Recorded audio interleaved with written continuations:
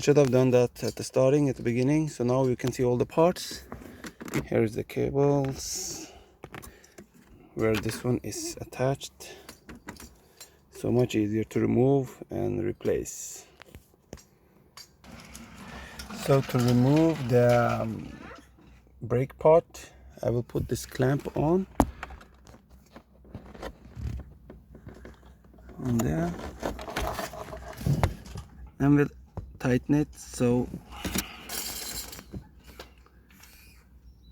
then I will tighten it so the clamp presses all the foot in, and then the cable will go out.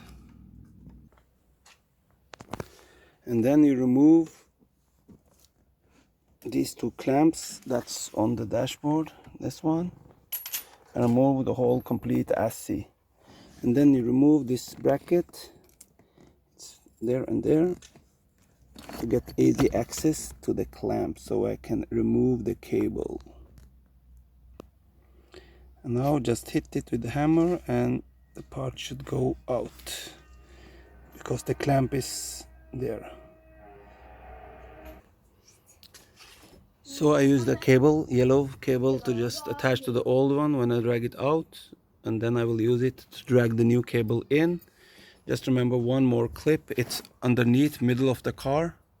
This one you have to remove to get the cable out. It's just beside the gearbox underneath, and it's fitted to